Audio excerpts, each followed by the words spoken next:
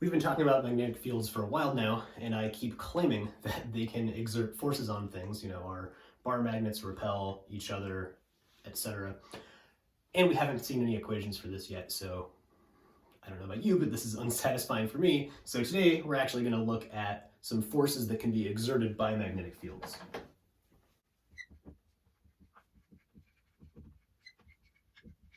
The first example of this that we're going to see is the force exerted by a magnetic field on a moving charge. So in the case of our electric field, remember, I'll just write this as a reminder, our force was just equal to our charge times the electric field. It didn't matter whether the charge was moving or not, it would always feel a force equal to Q times E in this electric field. For a magnetic field to exert a force on the charge, that charge has to be moving. The equation for that force is the following. We'll call this FB.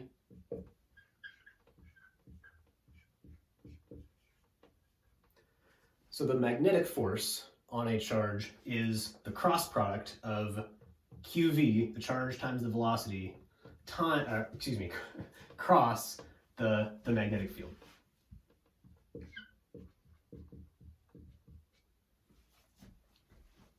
So if our velocity is 0, then we have 0 cross something, which gives us 0 force. So a stationary charge is not going to feel any force from a magnetic field.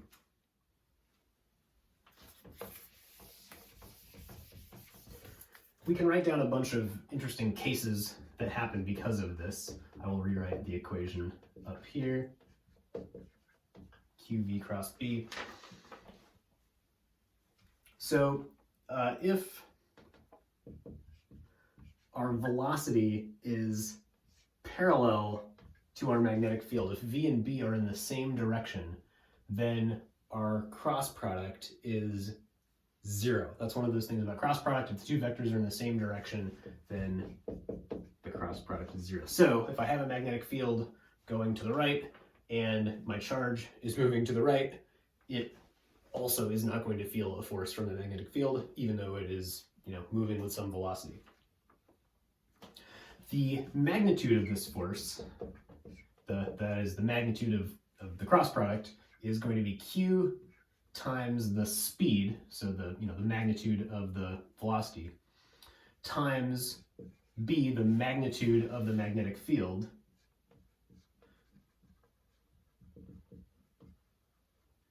times the sine of the angle between them.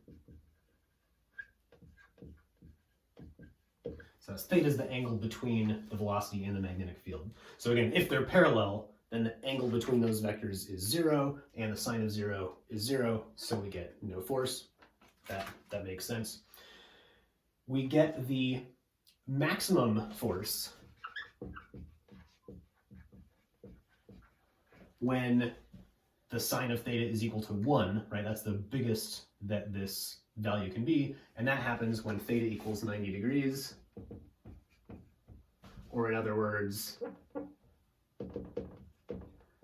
our velocity is perpendicular to our magnetic field. Another thing that happens because of this cross product is that our force is always perpendicular to our velocity and our magnetic field. And we can find what direction this is by the right-hand rule, for a cross product. Let's do some simple examples now, just to practice figuring out what direction our force is in. So let's see.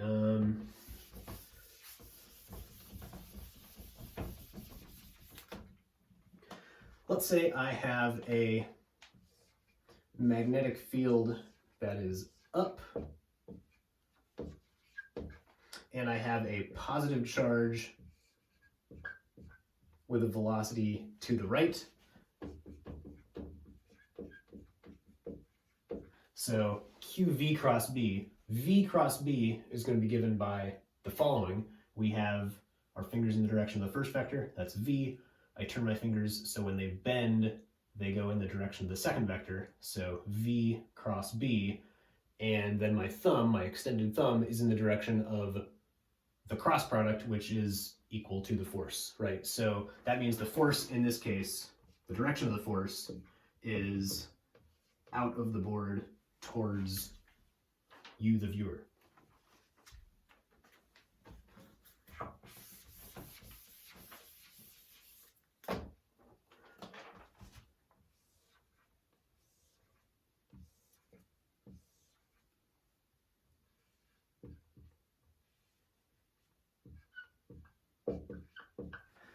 Here we have our magnetic field going to the left, and our charge has a velocity to the left.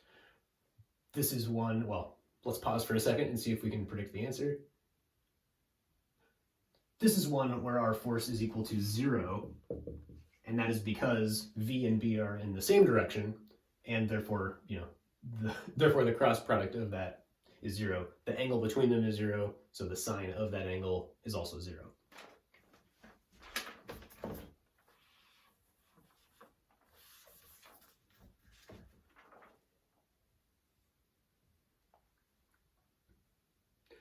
Now let's imagine we have a charge with a velocity up, and now note that I have made this charge negative.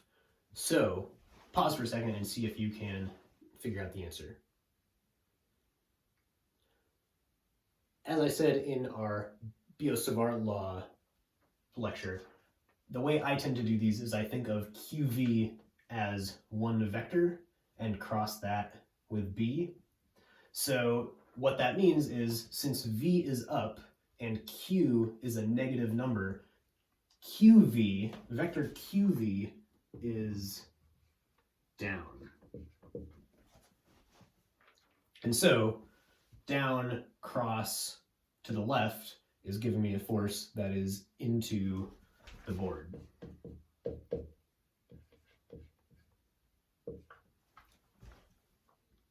If this had been a positive charge and V was up, we would have had up cross left, we would have had a force out of the board. So changing the sign of our charge changes the sign of our force, changes it into the opposite direction. One last example. Let's say we have a magnetic field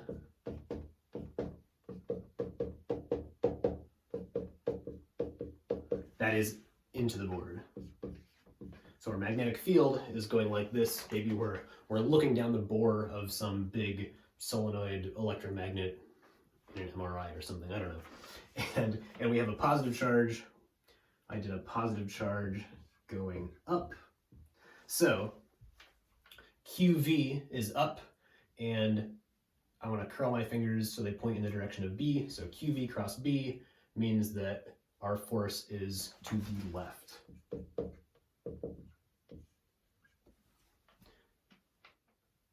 We're going to explore what happens to these charges in terms of their kinematics, in terms of their dynamics, in a future lecture. For now, we just have to worry about how big the force is and what we can say about its direction from the right-hand rule.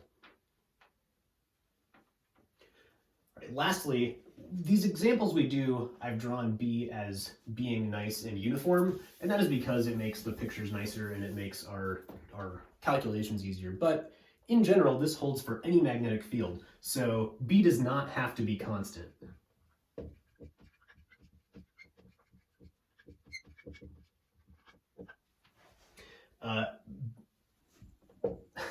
B does not have to be constant or uniform, and it is only the value of the magnetic field at the location of the charge that matters. So we could have some, well, let's take something where we know the field. We could have a loop of current, right?